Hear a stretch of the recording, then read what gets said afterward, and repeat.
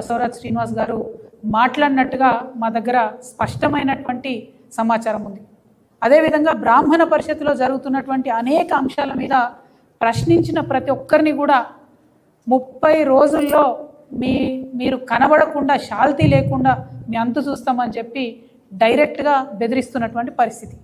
అంటే ఒక బ్రాహ్మణ పరిషత్కు చైర్మన్ ఇచ్చినటువంటి ఒక వ్యక్తి ఎంత హుందాగా మర్యాదగా బ్రాహ్మణులో ఉన్నటువంటి పేద బ్రాహ్మణులకు చదువు చెప్పే విధంగా ఉద్యోగ ఉపాధి అవకాశాలు కల్పించే విధంగా పనిచేయాల్సినటువంటి పరిషత్తు ఇవాళ ఇట్లా రౌడీ మూకలకు అడ్డగా మారడం, పైగా వేరే ప్రాంతానికి సంబంధించినటువంటి వారిని తీసుకొచ్చి ఇక్కడ పెట్టడం, వాళ్ళు మన బ్రాహ్మణులను ఇన్సల్ట్ చేయడం అన్నది ఇందుకోసం తెలంగాణ తెచ్చుకోలేదు.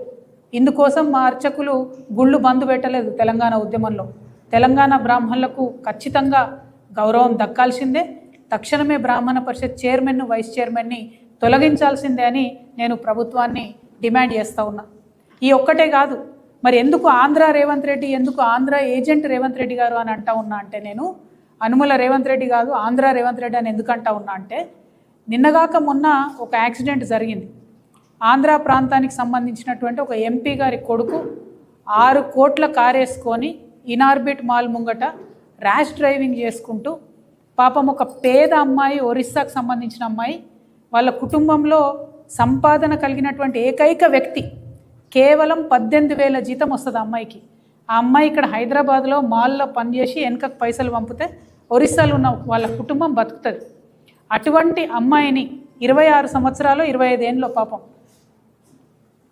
చాలా జీవితం ఉన్న ఒక ఆడబిడ్డని 6 కోట్ల కారేసుకొని గుద్ది పడేస్తే మన పోలీసు వాళ్ళు రాసిన ఎఫ్ఐఆర్ ఎట్లుందంటే, ఇది ఎఫ్ఐఆర్ కాపీ నేను మీడియా మిత్రులకు ఇస్తా.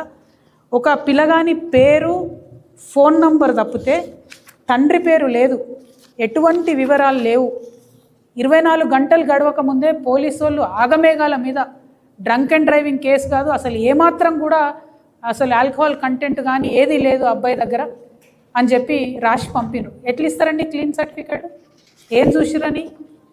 వేరే కేసులలో ఇస్తారా అంత ఫాస్ట్గా? వేరే కేసులలో ఇట్లా ఎఫ్ఐఆర్ వేస్తారా?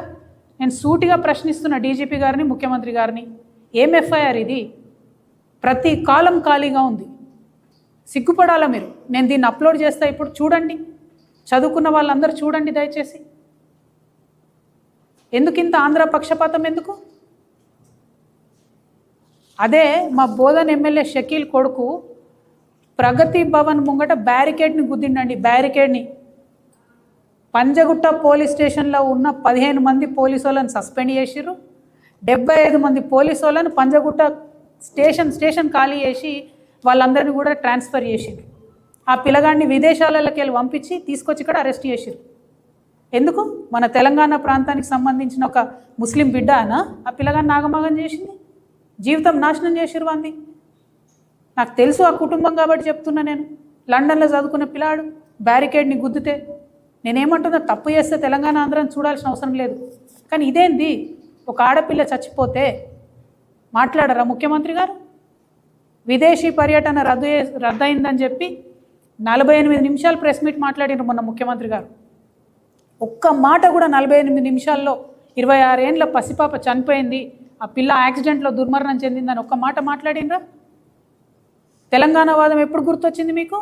బీజేపీ గవర్నమెంట్ మిమ్మల్ని అమెరికా పోనీయకపోతే గుర్తొచ్చిందా? మరి బ్రాహ్మణ పరిషత్కి చైర్మన్ని, వైస్ చైర్మన్ ఆందోళన పెట్టినప్పుడు గుర్తు రాలేదా? మీ ప్రిన్సిపల్ సెక్రటరీ ఎక్కడ ప్రాంతం వాళ్ళు? మీ సీఎంఓలు ఉన్న ప్రిన్సిపల్ సెక్రటరీ నిన్న మొన్నటిదాకా రెడ్కో చైర్మన్ ఎక్కడ ప్రాంతం ఆమె? మేము పోయి గట్టిగా ఈఆర్సీ మీటింగ్లో ఆంధ్ర ప్రాంతం వాళ్ళకు రెడ్కో చైర్మన్ ఎట్లు ఇస్తారంటే ఆ తర్వాత రిమూవ్ చేసి రామని. ఇప్పటికి కూడా ఇరిగేషన్ డిపార్ట్మెంట్లో మొత్తం ఆంధ్ర పెత్తనమే నడుస్తుంది.